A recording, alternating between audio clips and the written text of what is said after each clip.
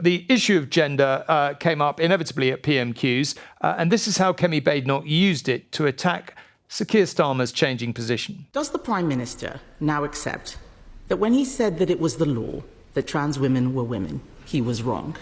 This government's approach and my approach has been as follows: to support and implement the Supreme Court ruling, and we will; to continue to protect single-sex spaces based on biological sex, and we will; but also to ensure that trans people are treated with respect. This is a question about moral courage, Mr. Speaker, about doing the right thing even when it is difficult. And the truth is, he doesn't have the balls. He hounded a brave female MP out of his party for telling the truth he accepts now. And now he is hiding behind the Supreme Court judgment. And isn't that because he doesn't know what he actually believes? I've always approached this on the basis that we should treat everyone with dignity and respect, whatever their different views, and I'll continue to do so. A reference there to the to Rosie Duffield, if you're wondering what Kemi Badenoch, I think that's correct. Both of you will correct me if I'm wrong, but I think that was the reference that Kemi Badenoch was making there. Can I ask you to just generally, both of you, how you think Keir Starmer has dealt with this issue? But I guess one question a lot of people may have at the end of this is that, in one sense, in terms of how the Supreme Court judgment translates into government and politics, one thing is relatively clear, that certain safe spaces, if you want to call them that, whichever terminology you want to use, for women can be protected for women as defined biologically at birth. But it does seem to me to leave open the question, partly because the judgment was, a ruling under the Equality Act, and it made clear that that trans women are also entitled to protection under the Equality Act. But what is the government going to do about that? I mean, are we looking at 3 different types of bathroom everywhere you go in Britain? I mean, how do you think that plays out? So Robert, maybe you go first. Could you just give me how you think Keir Starmer's handled it, but also what practically this means in terms of government? I'm not sure it's the best look a man asking a man about the definition of a woman, but no, I'm specifically not asking about that. I am going to answer the question. I think, look, the logistics of this are complicated for employers, for example, and I've spoken to a number of employers, and if you are an employer that has, for example, all your loos are cubicles, then they are all sort of gender neutral and you haven't got a problem. But if you've got lots of older businesses have loos, pubs, for example, have loos, which are very clearly, men with urinals, men's with urinals and women's with cubicles. I mean, there are definitely going to be costs for businesses in making sure that, trans people have a space of their own. I mean, I think one shouldn't underestimate, also, before we get on to the politics of this, how unbelievably upset, if you've got a gender recognition certificate and you were diagnosed by a doctor with gender dysphoria, and you went, it's a major undertaking to get a gender recognition certificate, and you did that because up until now, you were clear that, you were a woman and you took it for granted that you could use female spaces. And now that you're told you can't,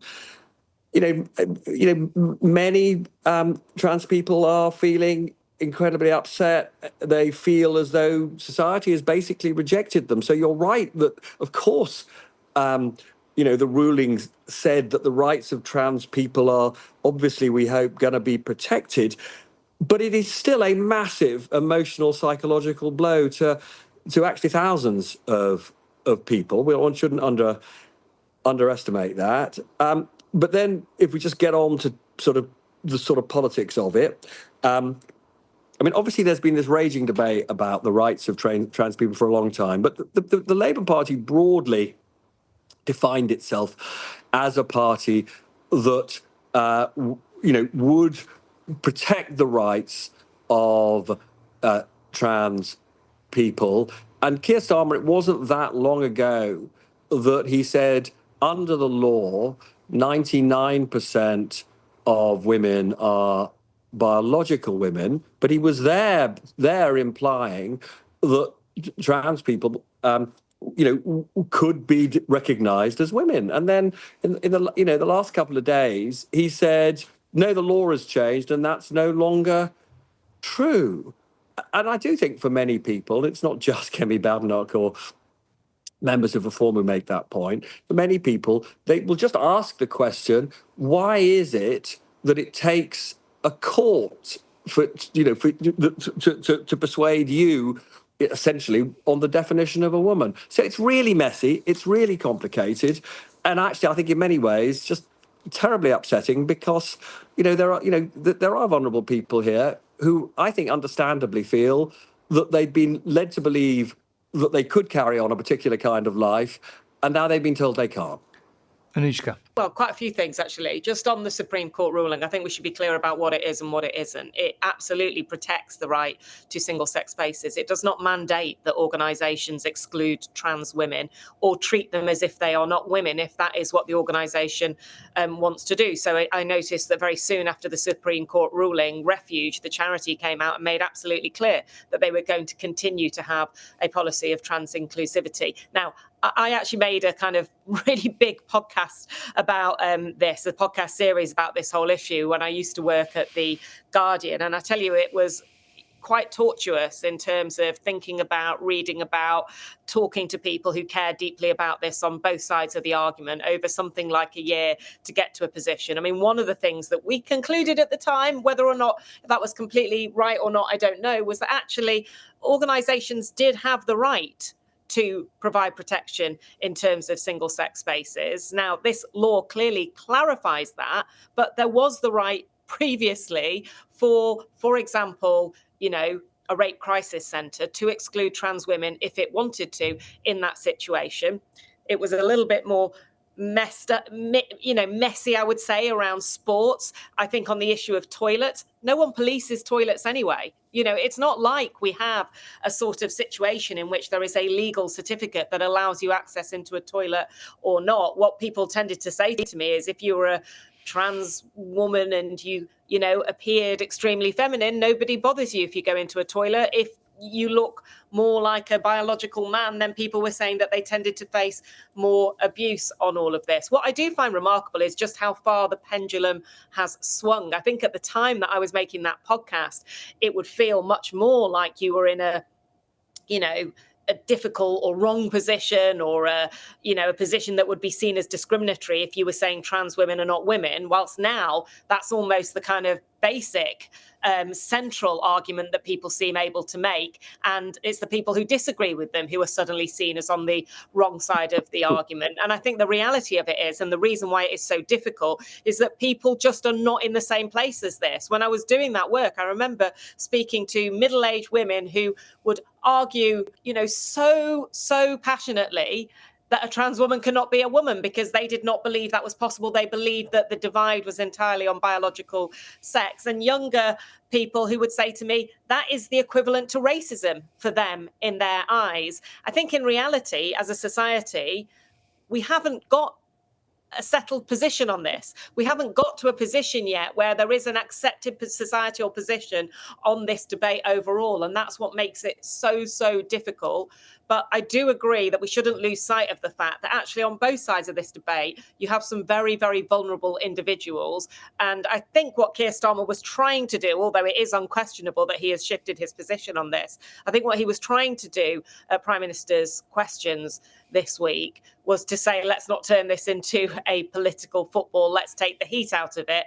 But obviously, Kemi Badenoch, as long as we've known her as a politician, this has been one of the issues that she's most passionate about. Can I ask you, Anushka, therefore, a question on that? Just as it seems weird that Keir Starmer, needs a law changed for him to be clear about the definition of a woman, I think the problem for Kemi Badenoch, and indeed for the entire Tory party, is, if they took the view that the ambiguity of the 2010 Equality Act was a problem, they could have just legislated at any point. They didn't require the Supreme Court to make a judgment. They could have changed the law to this effect, but they didn't. No, and I thought that was actually the most effective attack that Keir Starmer had on Kemi Badenoch. Was not only were you in government, you actually were the person who was in charge of equalities. If you felt there was a problem here, it was in your, ability to change that. I think part of the reason why things didn't change was because the centre of gravity for society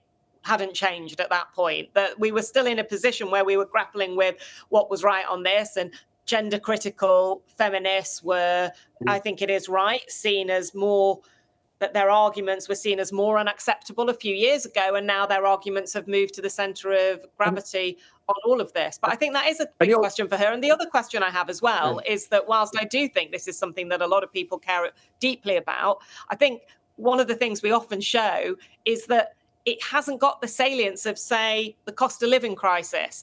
And I do think that Kemi Badenoch, both as Conservative leader, but also when she was business secretary, seemed to speak a lot more about issues like these than she did about the economy. And whilst they might think, I don't know, presumably their polling suggests to them that this is something that has cut through with voters, I think they do have to be quite careful, because even if most people might agree with the sentiment that what Keir Starmer said years ago about, what makes a woman and can a woman have a penis sounded stupid, it's not the sort of thing they're thinking about day to day. And so therefore, what do they want to hear from the Conservative Party? Sure, they know what Kemi Badenoch thinks on this. Do they fully understand what she thinks about the economy and how she's going to change the economy?